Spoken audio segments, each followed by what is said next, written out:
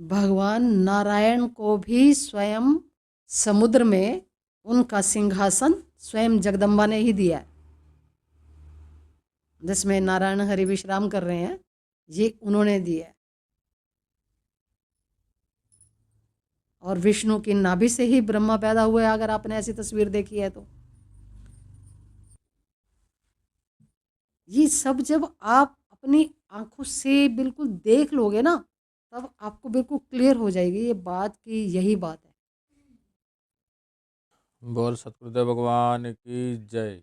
पूज्य श्री गुरुचरण कमलों में हम सबका कोटि कोटि प्रणाम।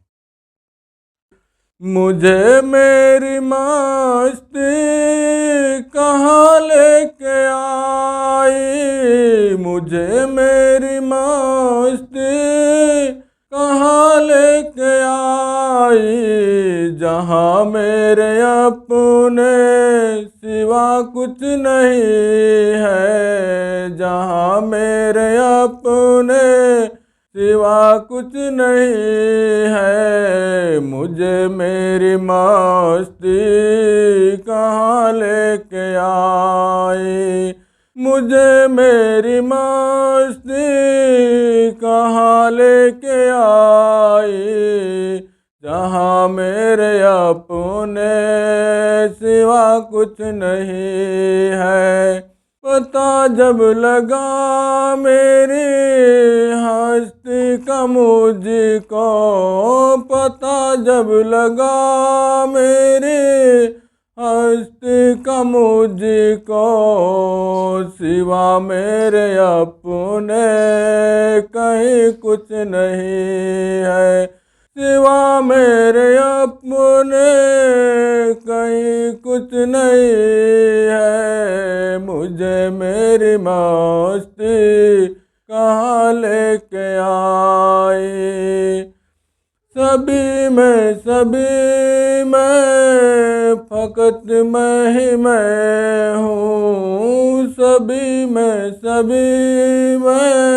फकत मैं ही मैं हूँ, सिवा मेरे अपने कहीं कुछ नहीं, सिवा मेरे अपने कहीं कुछ नहीं, मुझे मेरी मस्ती कहाँ लेके आई, मुझे मेरी मस्ती कहाँ लेके आई।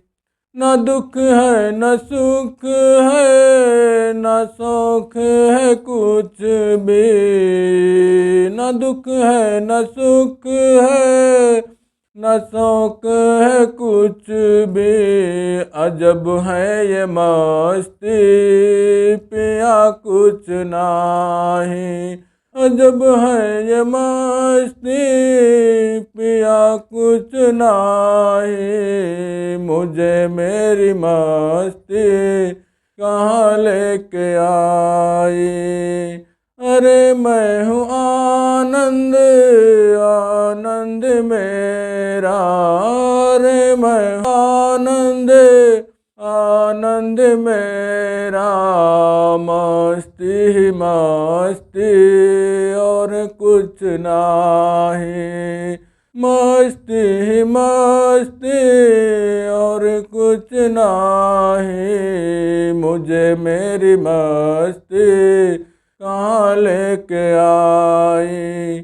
भरम है धुंध है जो तुमको हुआ है, हटाया जो उसको खुद पा कुछ नहीं है, मुझे मेरी मस्ती कहाँ लेके आई, मुझे मेरी मस्ती कहाँ लेके आई, मुझे मेरी मस्ती कहाँ लेके आई। परमात्मने नमः, परमात्मने नमः, परमात्मने नमः। बोलो सतगुरुदेव भगवान की। बलिहारी व दुख की जो पल पल नाम जपाए, तो हमारे पास तो कोई दुख आता है तो हम रोने लग जाते हैं, रोने लग जाते हैं ना। और अंदर ही अंदर हम क्या कहते हैं, मैंने पता नहीं ऐसा क्या किया था, ये मेरे साथ ये हो गया, वो हो गया। अरे प्रभु का शुक्र है कि ऐसा हुआ, नहीं होता तो तू कहाँ याद आता था। भगवान को याद तभी किया जाता है जब मनुष्य के पास दुख होता है, उससे पहले उसे परमात्मा कभी याद नहीं आ सकता। जो लोग अधिक ऐश्वर्य और उसमें डूबे हुए हैं, भगवान को कहाँ याद करते हैं, उनके पास समय ही नहीं है। और जब तक मनुष्य को दुख नहीं मिलता तो वो प्रभु स्मरण नहीं कर सकता।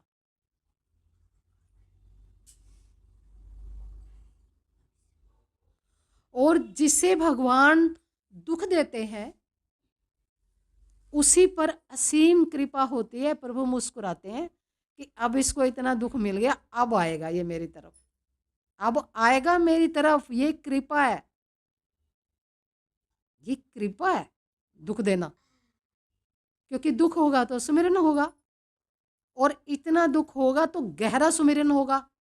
फिर वो धीरे धीरे धीरे ऐसा रस लगेगा उसे, राम रस, नाम रस, ऐसा लगेगा कि फिर वो दुनिया को भूल जाएगा, भूल जाएगा कि संसार है। कहीं लोग, कोई रिश्तेदार, कोई सगे संबंधी, कोई औलाद, कोई कुछ है, यहाँ है या नहीं है, ऐसा हो जाएगा वो। तो ये रस उसे किसने दिया? प्रभु ने दिया है ना। दुख दिया फिर रस दिया कि तेरा रास्ता ये नहीं है, तेरा रास्ता ये है। तू है तो मैं, और तू हो गया तू। अब तू संसार में तू समझता है, मुझे भूल गया। तो मैं तो तेरे अंदर बैठा हूं, मैं तो अंदर बैठकर तेरी आंखों के पीछे बैठकर तुझे देख रहा हूं कि आगे वाला क्या कर रहा है, पीछे वाला आराम से बैठा है। आगे वाला बैठ के खा रहा है, मौज कर रहा है, खा रहा है ना बैठ के। और जो पीछे बैठा है वो आराम से ऐसे देखता रहता है, अच्छा खा रहा है, पी रहा है, सो रहा है, मजे कर रहा है, संसार का रस लूट रहा है। भाई मैं तो बैठा हूँ तेरे पीछे, मैं देख रहा हूँ, तू मुझे क्यों नहीं देखता? मुझे क्यों नहीं देखता? मैं तो बिल्कुल आंखों के पीछे बैठा हूँ, मुझे क्यों नहीं देखता? और प्रभु की कृपा को देखो कि बिल्कुल आंखों के पीछे ही बैठा हूँ, फिर भी नहीं देखता हूँ। तो मैं आगे वाले से सारी क्रिया करता रहता हूँ। ये जो आगे वाला है, इसी से सारी क्रिया चलती रहती है और पूरा जीवन चलती रहती है, पूरा जीवन चलती रहती है मृत्यु तक। लेकिन उसे नहीं देख पाता जो आंखों के पीछे बैठा है। और आपके लाखों जो जन्म हो चुके, करोड़ों, उसमें आपने पीछे वाले को नहीं देखा। आप इतनी बार पृथ्वी पर आए और चले गए, लेकिन नहीं देखा। क्यों नहीं देखा भाई? तू तो वही है ना जिसे देखना था, जिसे देखना था तू वही है, ये वाला नहीं है। ये तो माया का खेल है, इससे खेल रही है ना वो। और मैं तो अपने आप को इतना सौभाग्यशाली समझती हूँ, मैं आपको क्या बताऊं कि मैंने ऐसी सत्ता का दर्शन किया कि कौन क्या कर रहा है, कौन क्या कर रहा है। उनकी भी ये कृपा है कि उन्होंने ये चीज जनवाई मुझे।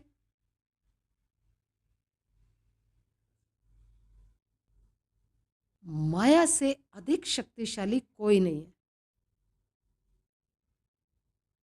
मुझे तो कभी कभी ये संदेह होता है कि इस सारे ब्रह्मांडों को चलाने वाली शक्ति प्रकृति माँ जगदम्बा है। क्योंकि श्री कृष्ण को तो बाल रूप में देखा था मैंने, 12-13 साल के थे। और वो माँ भगवती ही है, वो माया जिसे मैं कह रही हूँ, योग माया, वो चेतना, प्राणमयी शक्ति, नारी रूप में प्रकृति, वही चला रही है सब। और वही शक्ति, वो जो सारे ब्रह्मांडों को चला रही है, और वही शक्ति का जो सूक्ष्मतम रूप है वो आत्मा है। इसीलिए मैं बार बार कह रही हूँ कि चेतना ही आत्मा है, चेतना का शुद्ध रूप ही आत्मा है, जो निराकार सत्ता है। ये जानना पड़ेगा आपको। जब तक आप नहीं जानोगे तब तक आपको बहुत सस्पेंस रहेगा कि कैसे क्या चीज़ें हैं, ये क्या कौन चीज़ को कैसे बताया जा रहा है, ये सब आपको देखना पड़ेगा।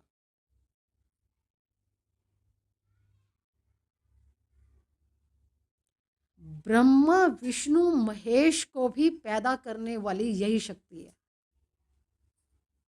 अब आप समझ लो इस बात को।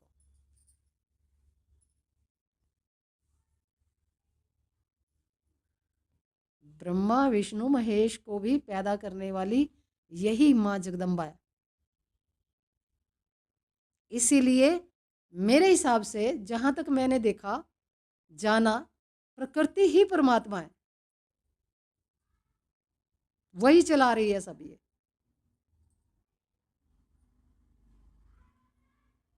ये तो मैंने खुद देखा है ना, और कहीं हमारे शास्त्रों में ये वर्णन जरूर होगा,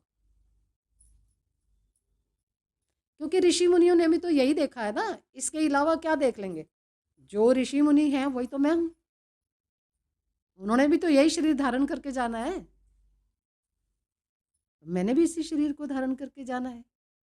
कहने का ढंग कुछ और हो सकता है, लेकिन बात यही है जो मैं बता रही हूँ, जो यहाँ से बताई जा रही है ना, वो यही बात है। भगवान नारायण को भी स्वयं समुद्र में उनका सिंहासन स्वयं जगदम्बा ने ही दिया है, जिसमें नारायण हरि विश्राम कर रहे हैं, ये उन्होंने दिया है। और विष्णु की नाभि से ही ब्रह्मा पैदा हुए, अगर आपने ऐसी तस्वीर देखी है तो। ये सब जब आप अपनी आंखों से बिल्कुल देख लोगे ना, तब आपको बिल्कुल क्लियर हो जाएगी ये बात कि यही बात है। अगर सह शरीर जो माँ चेतना है, भगवती योग माया है, सह शरीर तो दर्शन देती है ना आकर। उनके लिए क्या कुछ भी प्रकट करना क्या इतना मुश्किल है? उनके इशारे मात्र से ब्रह्मांड बनते हैं।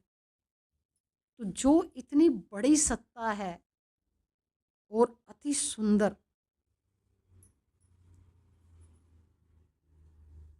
तो उनके बारे में कुछ कहा नहीं जा सकता।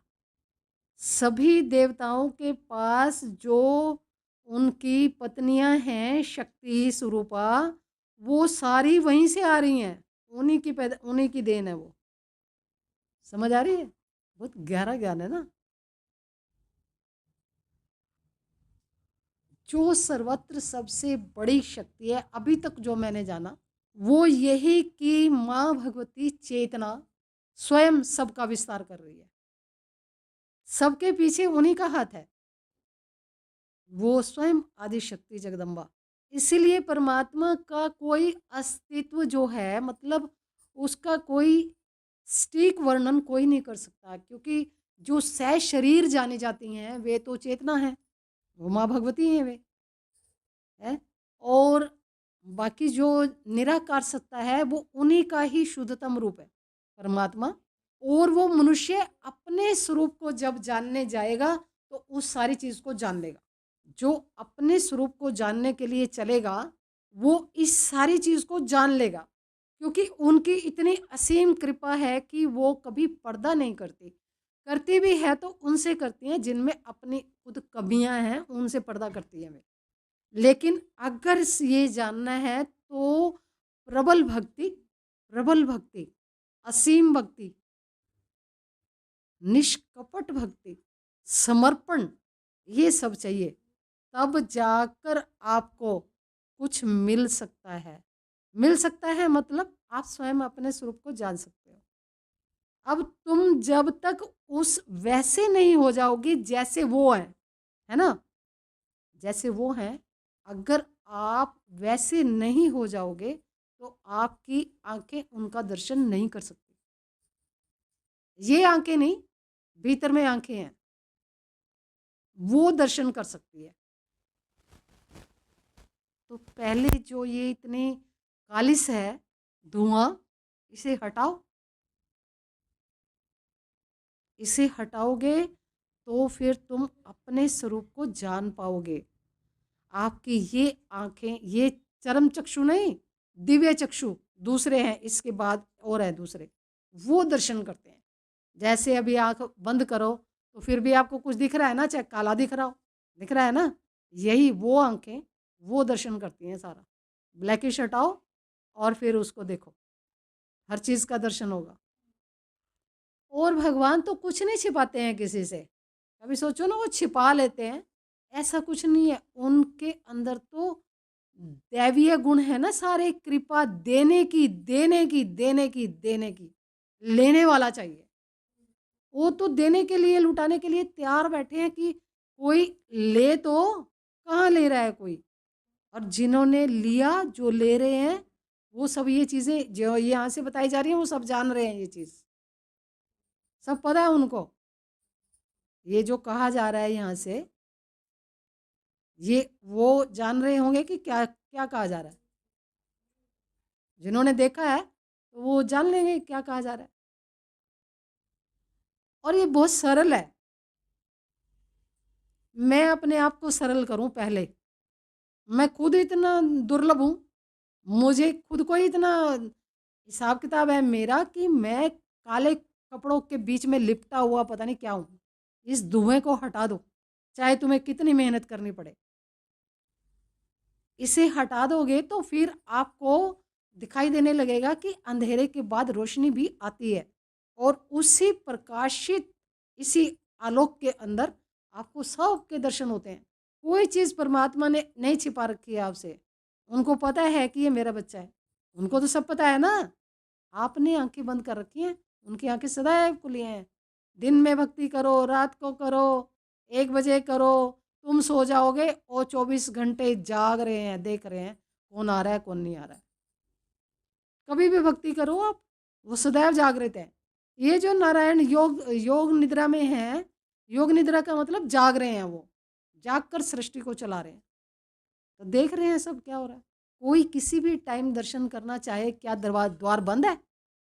आधी रात को जो ऋषि मुनि तपस्या कर रहे हैं, आधी रात को वो दर्शन कर रहे हैं, क्या उनके द्वार बंद है? वो सब खुले पड़े हैं। हमारे यहाँ भारतवर्ष में क्या होता है कि दोपहर को मंदिरों के दरवाजे बंद कर देते हैं। क्यों कर देते हैं? परमात्मा तो सदैव जागृत है, वो तो जागी हुई सत्ता है ना, सो थोड़ी रहे भगवान। तुम का ही शयन करा रहे हो भाई। अगर भगवान सो जाएंगे तो तुम्हारा क्या होगा? तुम्हारा क्या होगा? उनकी कृपाएं देखो ना, तुम सो जाते हो, तुम्हारी सांस को जारी रखते हैं, चल रही है अपने आप, नींद में भी चल रही है ना, हृदय की धड़कन चल रही है ना। कौन चला रहा है? तुम तो सो गए, तुम्हें तो खबर ही नहीं है मैं कहाँ पड़ा हूँ। गहरी नींद में पता होता है किसी को कौन कहाँ पड़ा है? तो ये ब्लड सर्कुलेशन करता रहता है, हार्ट चलता रहता है, सांस आती रहती है, सब कुछ हो रहा है। अगर वो सो जाए और सांस देनी भूल जाए और हार्ट चलाना भूल जाए तो सृष्टि कहाँ से मिल जाएगी भाई? मिल जाएगी? तो काहे को सुला रहे हो भगवान को भाई तुम, झूठ मूठ। भगवान को सुला रहे हैं, बताओ। भगवान हर घड़ी हाजिर नाजिर सत्ता है। तुम दिन में पुकारो, रात को पुकारो, सुबह पुकारो, सोते उठते बैठते, जब तुम पुकारो वो हाजिर है। कहते ना हाजिर घड़ी घड़ी है, घड़ी घड़ी हाजिर है भाई। काहे सुला रहे हो? तुम भगवान को नहीं सुला रहे, खुद सोने का है तुम्हारा कि हम सो जाएं थोड़ी देर। इसलिए भगवान को सुला रहे हो तुम। वो तो कहते हैं कि तू जाग, तू सो रहा है, तू जाग और तू मुझे देख, मैं हूँ। ये खुद तो जागता नहीं, भगवान को ही सुलाने की चेष्टा करता है कि भगवान को ही सुला दूँ। मैं तो सो ही रहा हूँ, हाँ तो भगवान को भी सुला दो। तो क्या सो रहे हैं भगवान? बताओ, कहाँ सो रहे हैं भगवान? अगर कोई रात को आया कोई भक्त, तो भगवान तो सो रहे होंगे, तो उस भक्त का क्या होगा? अब मेरे जैसे आधी रात को कुंडी खड़काएगा जाके, है कि भगवान सो रहे हैं कि बैठ रहे हैं, क्या कर रहे हैं? तो फिर भगवान अगर सो ही रहे होंगे, एक हिसाब से सोचो, तो मेरा क्या होगा? मैं बाहर बैठा रहूँगा? है? तो भगवान जाग रहे हैं 24 घंटे। वो कहते हैं कि तू मुझे याद कर, तुझे अपना ना बना लूँ तो कहना, तो कर मेरा भजन। तो भगवान कोई शरीर थोड़ी है जिनको आराम चाहिए। शरीर में आराम चाहिए ना। वो तो चैतन्य सत्ता है, उनको क्या आराम चाहिए, वो तो है, हाजिर घड़ी घड़ी है। भाई सारी बात कृपा की है। जो इस चीज को जान जाता है फिर वो क्या है कि संसार को तो भूल जाता है। अब घर में रहता है, संसार को तो वो भूल गया। अब जो बाहर से आता है वो संसार के तरीके से बात करता है, फिर वो ऐसे टुकर टुकर देखता है उसकी तरफ कि ये क्या कह रहा है। उसकी समझ में नहीं आता। फिर संसार में रहता है, सबको दिखाई देता है कि रह रहा है ना, लेकिन वो संसार में रहते हुए नहीं रह रहा होता। होता है, खाता दिखता है, सब काम करता दिखता है, लेकिन वो जो इस चीज का फसाव होता है ना, वो नहीं होता। जो ये दिमागी कसरत है ना जो लोग करते हैं संसार में, वो नहीं होती उसके पास। वो होता है बिल्कुल ब्लैंक, एकदम खाली पेपर। खाली पेपर समझते हो, जिस पर कुछ भी लिखा जा सकता है। ऐसी अवस्था शांत, मौन, निर्विचार। और फिर इस मौन में इतनी मधुर और साफ आवाज सुनाई देती है जो आम आदमी की भाषा में नहीं है। वो सत्य की आवाज है। कोई जानेगा जानन हारा, साधु गुरु बिन जग अंधियारा हो, साधु गुरु बिन जग अंधियारा